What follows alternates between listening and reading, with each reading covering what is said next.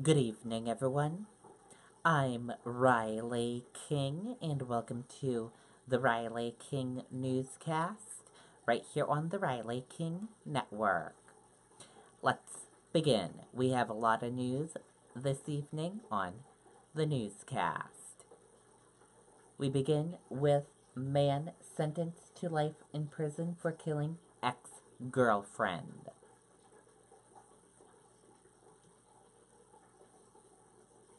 Let's take a listen to the video from WMUR News 9, Andy Hirschberger. The 2501 HST packs powerful performance into one easy-to-operate compact tractor. Designed for all-day operator comfort and easy use of implements, the L2501 HST makes mowing, digging, Richard Moore's fate was sealed yesterday when he was convicted of first-degree murder, but today the victim's family got to tell their feelings to the court. The jury took just about an hour to convict Moore of the beating and stabbing death of his ex-girlfriend, Joanne Boucher, in 2016. His sentence is automatic life in prison, but the judge held a hearing today to allow for victims' impact statements. Several people spoke about the pain they felt through Boucher's loss, but they also spoke about Moore's lack of emotion throughout this entire ordeal. Richard, you made proof of real evil present in my life. I cannot come up with any other word to describe you, in my opinion. You have shown this entire court that the devil really does exist because he exists in you. Did I take Joanne's life? No. Never in my life have I ever been that violent. That comes straight from my heart. Judge Will Delker pointed out that Moore told police details that only the killer would know. Moore said that he plans to appeal. Reporting live in Brentwood, I'm Andy Hirschberger, WMUR News 9. Okay, and there you go on that video and that report.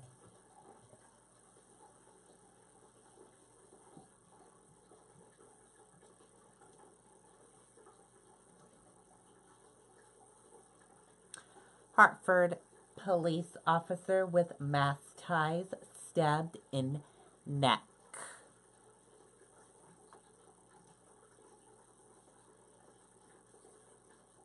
Let's take a listen to the video from WCVB Boston.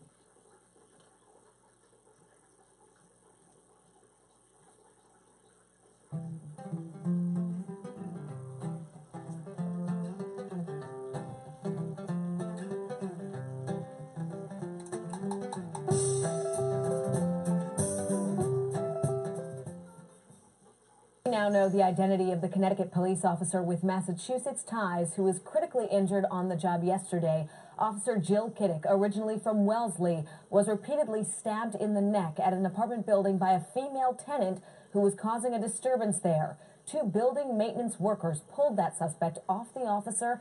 Officer Kiddick underwent hours of surgery and is in critical but stable condition. A deputy police chief in Hartford says she opened her eyes and was alert this morning. The suspect, 39-year-old Siobhan Augustin, is to be arraigned on attempted murder and other charges.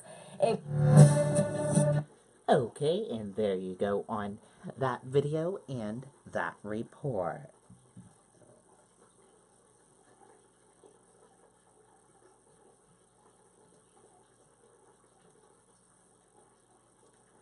LePage hit by car will require surgery.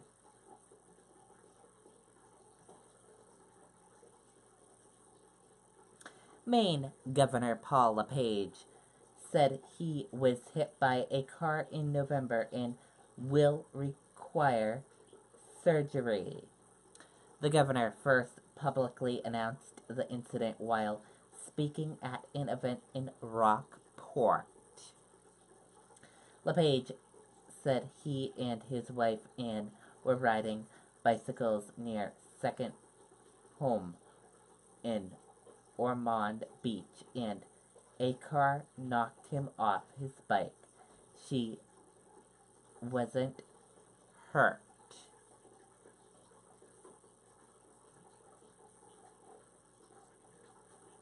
His spokesman later said LePage's injuries were minor but aggravated his soldier, which he was already planning to have surgery on.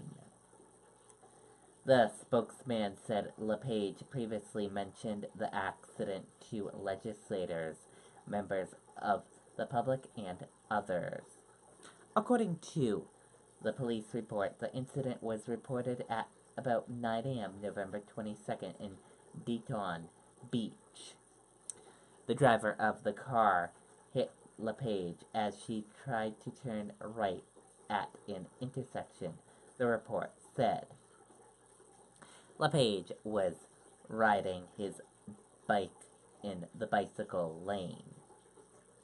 The driver, Tarasso Johnson, 25, said she saw LePage on his bike, but thought she would have enough time to make it through the intersection. Johnson told police that she was making the turn. Her passenger said, "Stop, stop," and before he could say stop a third time, Johnson had hit LePage. Johnson was found at fault for the collision, according to the report.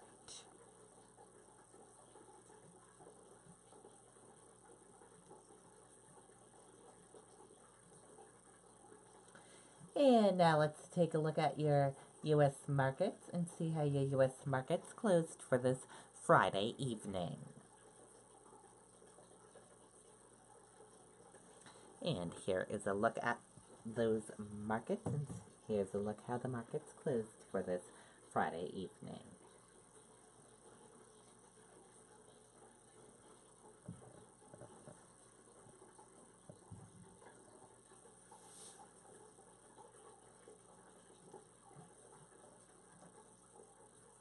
S&P 500 and Nasdaq closed lower as U.S.-China trade tension remain.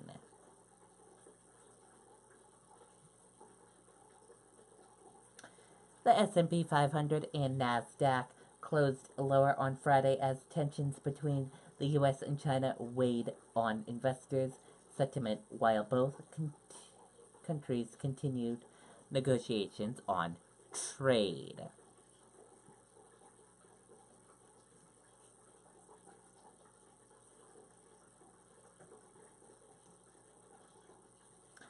Texas high school shooting. What we know now. What happened? 10 people were killed and 10 others wounded in a shooting Friday morning at a high school in the southeastern Texas city of Santa Fe. The aftermath. Authorities later found explosive devices, including pipe bombs and pressure cookers, in and near the school, law enforcement officials said. The suspect, Demetros Pagrates, is suspected of conducting the shooting today at a Texas high school. He is in custody. Santa Fe School District sends letter to community. We are in this together. Santa Fe Independent School District sent a letter to the community to offer support following today's shooting. In the letter, Santa Fe School District said today is a day to be in mourning those we have lost and nursing those who are hurt. We are in this together. And here is a look at that letter.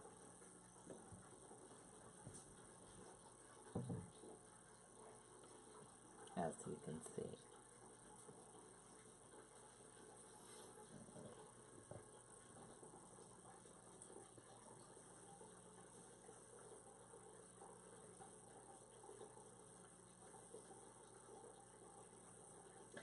President Trump orders flags at half-staff to honor shooting victims. President Trump has ordered flags to be flown at half-staff to honor the victims of today's deadly shooting at Santa Fe High School in Texas.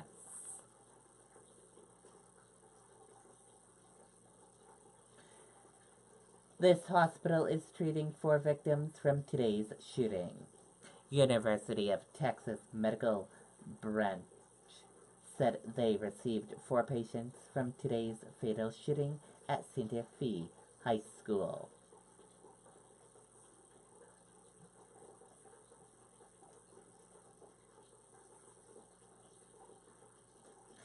Jet with 104 passengers crashes just after takeoff in Cuba.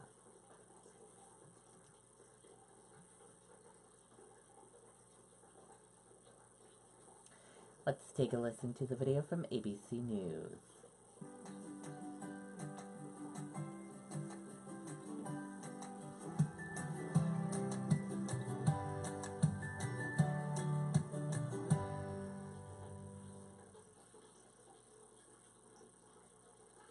Se cayó a Cele. Mira, mira, mira, se cayó a Cele. ¡Oh, no!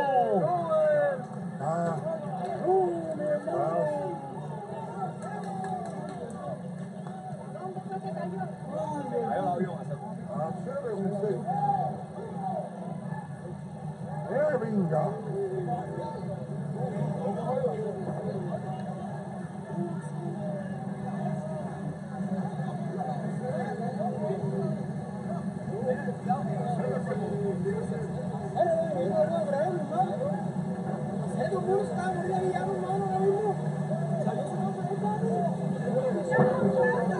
Escuchaba todas las cosas ahí. Cuidado en medio, Marco.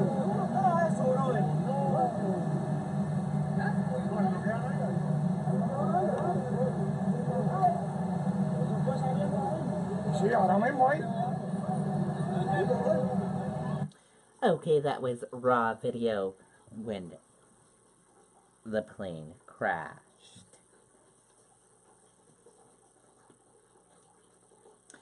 A passenger jet crashed shortly after takeoff in Cuba Friday. So far, 3 survivors have been found among the wreckage. And that does it for the Riley King Newscast right here on the Riley King Network. I hope you all have a great rest of your Friday night, and I'll see you back here with a news report later on this evening. And I'll have another newscast tomorrow. Good night, everyone. Bye.